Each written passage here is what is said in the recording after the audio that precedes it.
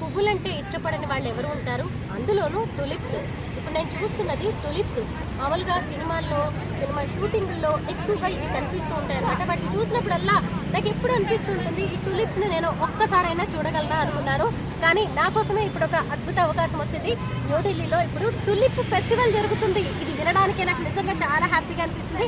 Last 4 years నుంచి tulip festival అనేది జరుగుతుంది. February 10th నుంచి 21వ తారీఖు వరకు టులిప్ ఫెస్టివల్ అనేది జరుగుతూ ఉంటుంది. నెదర్లాండ్స్ నుంచి తీసుకొచ్చిన 2 లక్షల ఈ టులిప్ మొక్కల్ని ఢిల్లీలోని చాణక్యపూర్ ఏరియాలో వివిధ ప్రాంతాల్లో వీటిని నాటారు. ఇప్పుడు ప్రస్తుతం నేనున్నది శాంతిపద్ ఏరియా. ఈ శాంతిపద్ ఏరియాలోనే దాదాపు 80,000 మొక్కల్ని నాటారు. మీరు చూడొచ్చు ఎన్ని రకాలైన టులిప్స్ ఇక్కడ కనిపిస్తున్నాయో.